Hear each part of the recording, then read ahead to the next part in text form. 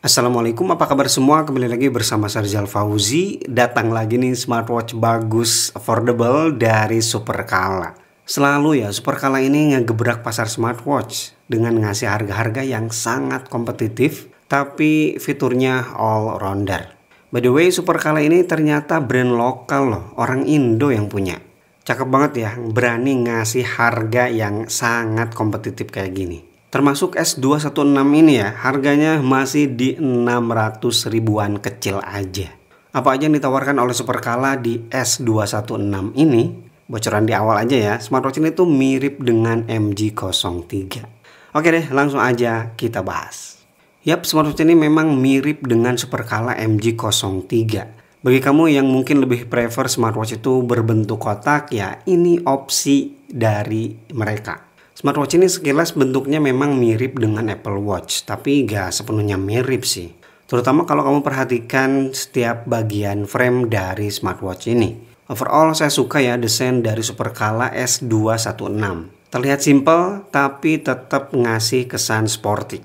Untuk bernavigasi, tombol fisik smartwatch ini cuma ada satu ya di sisi kanan yang dikasih aksen warna oranye kayak gitu.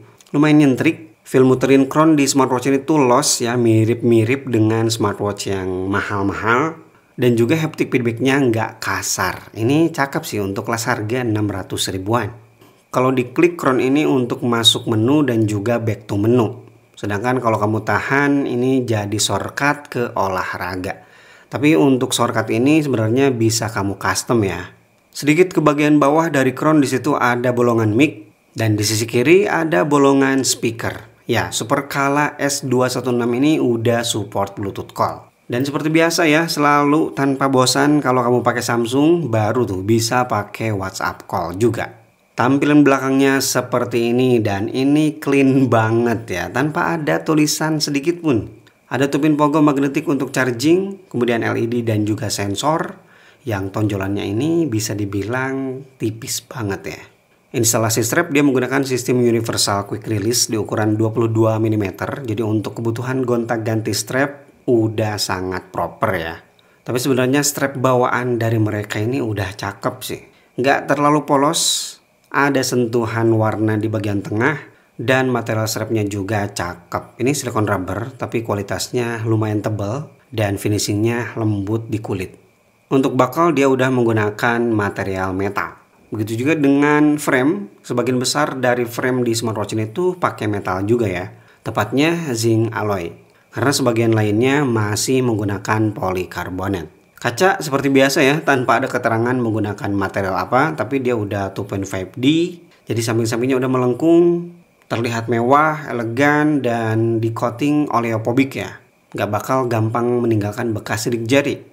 Kemudian untuk dimensi kalau saya ukur ini tingginya 46 mm dengan kelebaran di 39 mm, ketipisannya 12,5 mm dan bobot standar di 46 gram. Dan ini dia Superkala S216 di pergelangan tangan saya 16 cm. Rest to wake-nya ini responsif banget sih. Diputer juga layarnya langsung mati, diputer lagi nyala. Lihat nih, responsif banget kan? Dan kalau ditungkup dia tidak ada sensor untuk menonaktifkan layar. Untuk aplikasi penyandingan dia menggunakan Fit Being seperti yang tadi saya bilang, sama dengan MG03. Aplikasi ini cakep banget dan aplikasinya juga udah diupdate ke yang paling baru, support untuk Android dan juga iOS. Kemudian untuk data pihak ketiga dia udah bisa ke Google Fit dan juga Strava. Yang saya suka dari aplikasi ini tuh clean dan juga rapi. Pengaturan-pengaturannya juga lengkap. Dan kalau kita bicara watch face, Fitbing ini memang belum terlalu banyak, gak sampai ratusan gitu. Tapi sebenarnya ini udah lumayan banyak ya. Cukup lah buat kamu gonta-ganti kalau udah bosen. Bahkan untuk watch face-nya bisa langsung kita custom di sini. Kayak latar dan juga custom menggunakan foto, maksimal 2 foto di sini.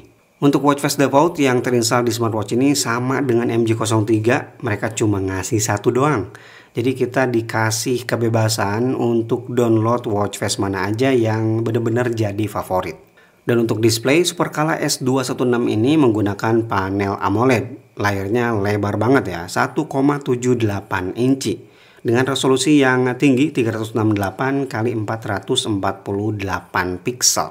Tapi sayangnya smartwatch ini belum dibekali sensor auto brightness. Tapi kalau bicara always on display, tentunya ya ini sama dengan MG03 ya, udah bisa mengikuti watch face yang sedang kita pakai. Dan di mode AOD pun kalau kita rest to wake dia bakal masuk ke watch face ya, nggak tetap maksa di always on display-nya. Begitu juga dengan user interface dan juga user experience ya, sama persis dengan Supercala MG03 kemarin. Baru ketahuan di sini nih, ternyata nama OS-nya itu Kriki OS dan sekarang masih versi pertama, versi 1. Overall saya suka sih dengan Kriki OS ini, menyasar ke smartwatch murah tapi dengan tampilan interface yang rapi.